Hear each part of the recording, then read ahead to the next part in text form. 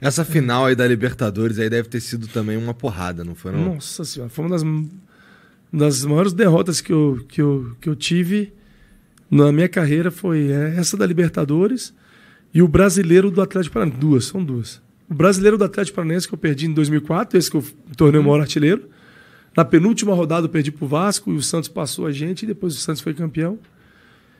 E essa da Libertadores com o Fluminense. Com certeza também foi uma das... O Fluminense tinha um timaço naquele ano, né? O Thiago Silva estava ainda, Nossa, né? Que era Renato Gaúcho, né? Renato Gaúcho, treinador, o Thiago Silva, Tiarouca, tinha o Cícero, Conca, Thiago Neves, eu, Dodô. O time era muito bom. O time era muito bom mesmo. O Júnior César na lateral, o Gabriel. Time, cara. O time era muito bom, muito forte, muito bom. Libertadores complicado, né? LDU, assim... Mas Libertadores que... Jogo duro demais. Jogos duríssimos, mas a gente tava... Fizemos a primeira fase, fizemos a melhor campanha da primeira fase. Poxa, o Fluminense era o azarão. Fazia 26 anos que não jogava uma Libertadores. E aí a gente começa, primeira campanha, melhor campanha da primeira fase.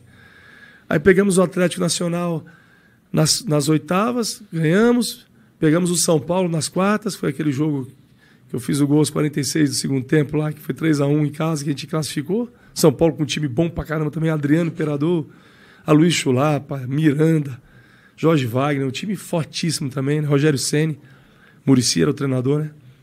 Aí eliminamos, pegamos o Boca na semifinal, com Palermo, Riquelme, os caras. Foi 2-2, né? Qual foi o jogo? 2-2 na Argentina. 2-2 na Argentina. Eu lembro do lance, nunca me esqueço, que o Riquelme... Jogar demais, né, o Riquelme? Eu lembro que os programas ficavam falando que o Fluminense tinha que marcar em cima ali do Riquelme e tal, sei o quê. E aí eu não lembro quem ficou de marcação individual no Riquelme, mas não sei se era o Arouca ou o Diguinho estava nessa época, talvez. Não, era Arouca, Igor. Era o volante e Arouca. E eu nunca esqueço disso, cara. Quando jogou lá na Bomboneira, o Riquelme não dominava a bola, era tudo de primeira. Inacreditável. Tudo de primeira. E aí teve uma falta, que ele fez o gol de falta, né? E ficou mó tempo enchendo o saco do juiz. Não, porque a barreira não sei o quê. Aí todo mundo aguentava mais, falou, bater, foi lá e fez, cara. Foram jogos de... Jogava muito. Foram bons jogos contra o Boca, foi um negócio, né? Dois jogaços. Foi 2-2 lá, 2 jogaços. E aqui também, um jogo difícil, saímos perdendo, né? O gol do Palermo, 1-0, rapaz. Um jogo duro.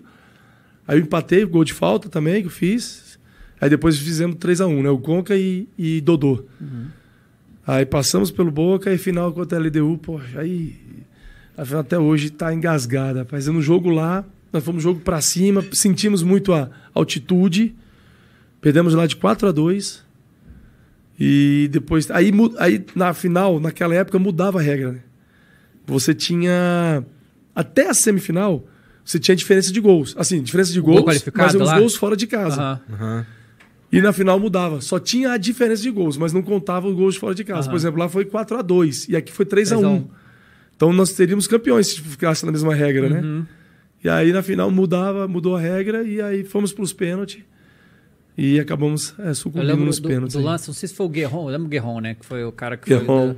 Que ele, logo no final, ele deu uma arrancada aí. O Luiz Alberto, que era o zagueiro... Alberto. Deu no meio dele, senão ele ia pra dentro do gol. Não, lógico, se ele for expulso, foi, cara, isso aí é quando o time campeão. Falou, acho que agora o Fluminense deve levar isso aí, cara, porque isso aí o cara foi expulso, eu lembro o Renato agradecendo, foi mesmo, ele sair na cara. Deu na saída dele, pô, acho que foi a melhor fase dele, assim, uma correria, uma força, ele pegou no meio, na entrada da área e foi. Arrancou uma coisa... Foi, cadê buscar ele, quando ele deu o tapa, o Luiz Alberto deu uma voadora, pegou ele, tinha que ser expulso, não tinha jeito. Mas foi que aí levou aos pênaltis, né, e aí... Os pênaltis, os 3 melhores batedores, perdeu o pênalti. Fui eu, Conca e Thiago Neves. O Thiago Neves tinha feito 3 gols na final. Sim. 3 gols na final. Jogou demais, né? Naquela época também. Uma coisa que é do futebol, né? Futebol. Né?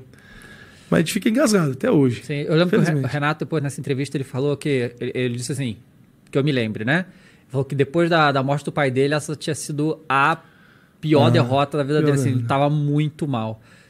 Como é que era? Assim, Renato, nosso técnico agora, né?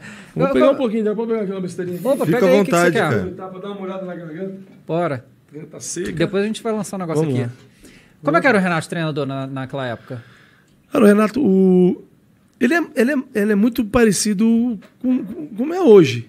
Ele mas tem um grupo na mão, né? Ele estava iniciando a parte tática dele, ele estava ainda desenvolvendo ainda a parte tática, ele crescendo como treinador tático, né? Mas o grande forte dele, que até hoje ele consegue ter o grupo na mão, ele consegue trazer os caras para ele, né? E os jogadores, ele sabe falar a língua dos jogadores, né? Ele sabe transmitir isso para os jogadores. E os jogadores têm a confiança dele, né? Conseguem buscar essa confiança dele e jogam por ele também. Crescem com ele, né? Isso o Renato... Sempre foi assim. Ele sempre, isso é o ponto forte dele. Né?